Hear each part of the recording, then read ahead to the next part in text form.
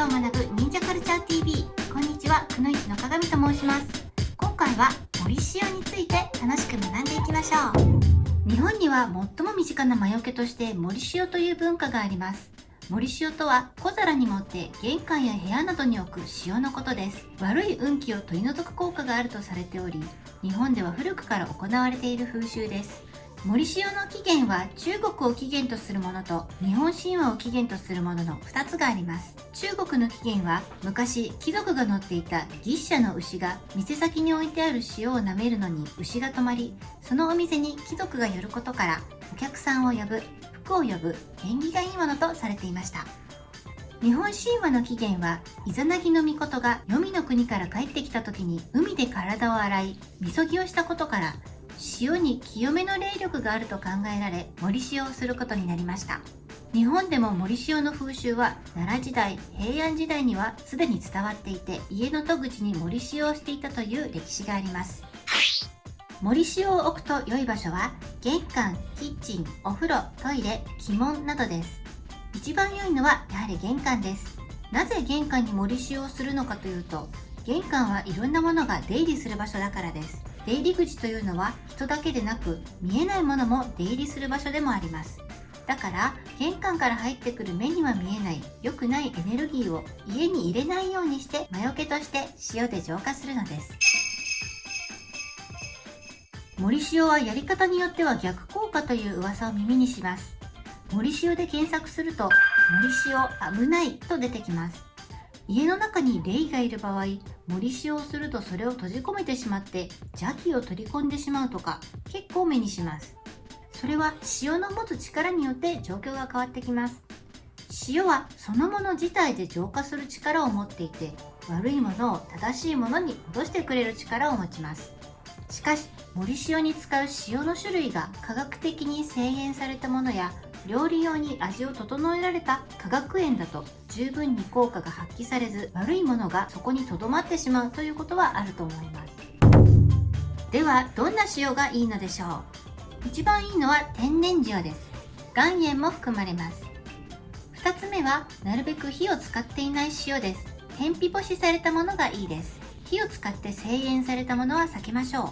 太陽の光と風によって乾かすことによって塩のエネルギーが高くなります。天日塩は人工的に加熱せずに太陽の光と風の力だけで乾燥させ、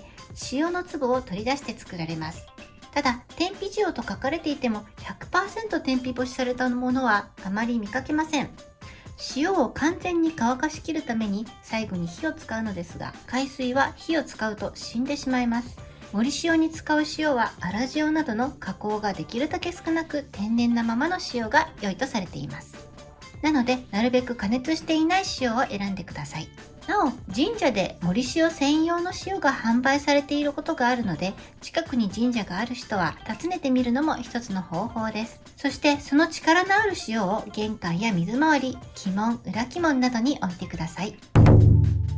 森塩に水が溜まる現象について、湿気の多い季節などには塩が水分を吸って水が溜まってしまうことがあります。塩が溜まるとなんだか不吉な感じがしてしまいますが、これは何の問題もありません。なぜならそれは自然現象だからです。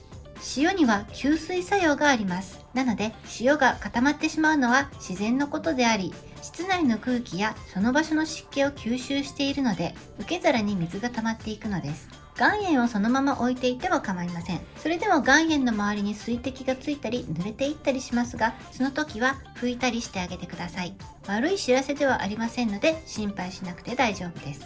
森塩の替え時についてですが、塩には有効期限はありません。質の良い塩は自分で自重します。浄化作用があるので塩が悪くなるということはありませんが、塩自身の自浄作用を超えてしまうほどのすごい悪い気がある場合は定期的に変える必要があります。一般的な家庭で使っている森塩はそんなに頻繁に変える必要はありません。例えば1年に1回、大晦日や正月に変えるなど、またはその半年後などに変えるなどで良いでしょう。ただし水が溜まってしまった場合は新しいものに取り替えてください。特に湿気の多い季節には水が溜まったら新しいものと取り替えてください。森塩を処分する際は生ゴミとして捨てる方法が一般的です。塩の盛り方についてですが、三角錐に盛ってある形がメジャーですが、三角錐の形は客寄せ用です。三角錐にするのは伊勢神宮で塩を保存するために三角錐の形で焼き固めたからで、塩を三角錐で盛る必要は特にありません。最後に盛り塩を置く前に置きたい場所を掃除してきれいにすることがポイントです。盛り塩を置いても汚い場所は良い運気が入ってこなくなってしまうため、こまめな掃除が大切です。また、掃除する際は空気も入れ替えてください。空気もきれいにすることで盛り塩の効果がさらに高まります。今回盛り塩について調べてたんですけど、風水アドバイザーとかインテリアコーディネーターとか、あと陰陽師の方とか、いろんな職業の方が盛り塩について説明していて、真逆の内容だったりすることもあったんです。たくさんの情報の中で何が正しいのか一瞬わからなくなってしまったんですけど、メジャーすぎる風習なので後からいろんなルールが追加されていったのかなと思います。盛り塩をすることで気分が良くなればいいのかなという結論になりました。本日のジャパニーズカルチャーは